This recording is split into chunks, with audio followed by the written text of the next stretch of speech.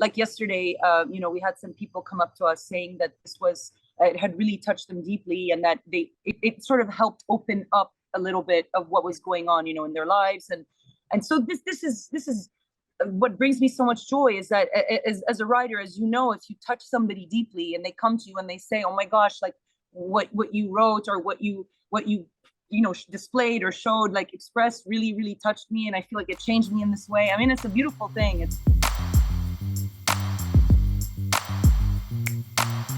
I'm going to ask a very clickbaity question. You are an Emirati. This is releasing on National Day. I have to ask it. Sorry, I'm paid to ask this because it's a National Day release. People are so excited. They're like, oh my God, an Emirati filmmaker. I'm like, calm down. There are like 10 other movies also premiering, but they're very excited about it. So we need to talk about it. It doesn't matter you're an Emirati. It's great that you're making great content. I think it shouldn't be about where you come from. It's about what kind of films you make. But do you think it matters though, especially in a country that takes so much pride in our National Day, that kind of thing? I mean, you know what it is that I worked for the government, for the Abu Dhabi government, or sort of like it was a subsidiary really of the government, a media back. Yeah, 2454. Yeah, so, yeah. And when I was working there, during my time there, I was really told like, oh my gosh, you're Emirati. You have to take advantage of that because they really, really back you and all this. And I had no idea. I was just like, okay, I don't know what you mean, but sure. I mean, I'm just doing my work. Like, and so by the end of it, I really understood that they were trying to bring a lot of Emirati talent to the forefront so that they could, like groom them and train them and to me, I love that. I mean, I love that if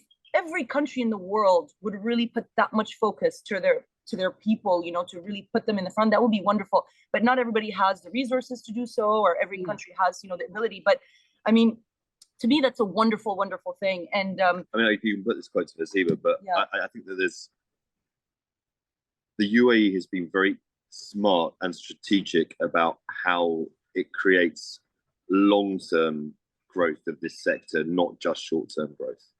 So the fact that Hassiba and I work together is thanks to the UAE creating a climate where they're bringing in well-known, established Western talent to work with Emiratis.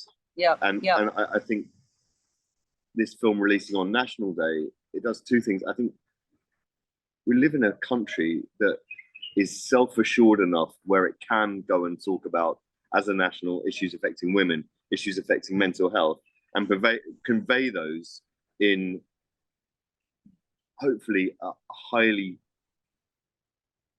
well-structured and high-quality way that maybe isn't happening elsewhere in the region. And that has happened solely because of the climate that the UAE has created, which is amazing. And thank you so much for talking about mental health. This is one subject I think people should talk about it, whether you go Black Swan on us or whether, you go Farah on us. You know what I mean? It needs to be spoken about. Because I come from India where they don't even, there is a taboo attached to it. I'm sure even in the UAE it's not, spoken about as another illness. There's so much of now celebrities are coming out, they're trying to normalize taking pills or even treating it or talking about it. Talk to a therapist.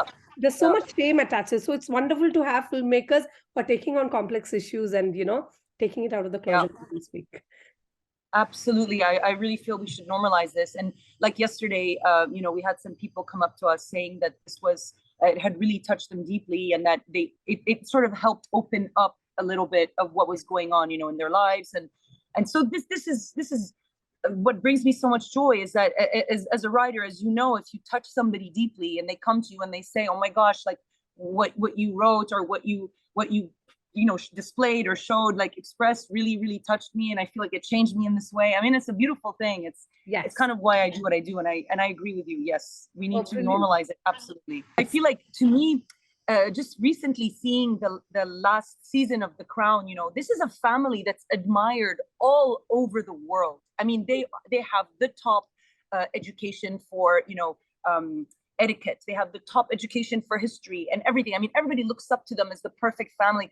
Look how much they struggle. Look how much is also you cannot talk about and you're not allowed to show. And of course, there's protocol and all of this. But what I'm saying is that like, even if the most like admired family in the world is struggling, then of course everybody that's living on planet Earth is going to struggle in some way, and that's okay to talk about it. Really, it's not shouldn't have any shame or taboo attached, in my opinion. Ideally, yeah. And mental health is the biggest leveler. It can affect the rich, the poor, the famous. It doesn't matter. Just because you're rich and famous, exactly, you're equally troubled, if not, or you take two pills. yeah. Did you expect resistance from the pharma? Like, you take on the pharma quite openly. I feel almost your stand is so obvious that you're not, you do call them out for perhaps, because we live in a very pill happy, you know, we love to pop pills. I mean, we self-medicate, especially Dubai, UAE. I can't say it, but yeah, most parts of the world, we love our pills. So in your case, were you very, very clear that this is what our stand is going to be? The pharma industry is not going to like it, the billion-dollar industry, but this is how we... Oh, yeah. Sorry, yeah. I mean, Hass will answer really well, better than me, but I think that as somebody that's maybe not as well educated on this area as Hassiba, the thing that's absolutely stunned me is the number. I was expecting to be going to festivals and Q&As and interviews and people pulling apart our message. That's really what I expected. I expected people to be going, well, you crazy, you know, drugs are so important. This is what we need. The British Medical Journal reviewed our film last week. And they said, it's bizarre how accurate this is and how well researched it is. And the fact that sadly, even within medicine, there is still, within classic Newtonian medicine, there's still this massive debate about whether antidepressants actually do more harm than good. Quick question. Is it a good idea to work with spouses? Because in journalism, we were told never to marry a journalist. No. I knew it. I knew they were right. Gosh. No. Yeah, it's a very tricky look. I'll tell you what, we had already worked together when we were at 2454. So that dynamic already existed before we got married. So we were, you know, side by side, like for a while. And so when we got married, it became kind of like a natural thing to work together. So when I had said, like, why don't we direct this together? And he had directed in the past and for a long time then just produced. He's like, you know what? Yeah, why not? Then things started to get really tricky because it's two heads making one decision. Yes. That's really difficult. That's very difficult, you know? It's kind of like a child, really, in a way, when you... I mean, I always use that analogy. It's like bringing up a baby means that you have sleepless nights, you have arguments, you both love something, you both have different views on how you should do it. A film is no different. You know, it really isn't. You know, this film will have a lifetime of being in, you know, available for people to watch and view and have an opinion on, and as will our baby. So, you know, it's kind of, that's how we see it. But right. You guys are empty nesters now. You guys are empty nesters. The kid is off to college. Enjoy your time together. We discover each other, maybe.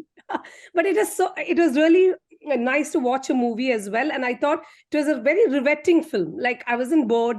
I watched it in one stretch. So that's all a good sign, I feel. So, you know, I really hope the movie does well, even financially, like box office wise, because they have to make the money at the end of the day. I appreciate show me the money. No, you're right. I mean, we're very lucky. We have had some amazing reviews over the last week out of Lebanon. And, you know, we're very, very fortunate.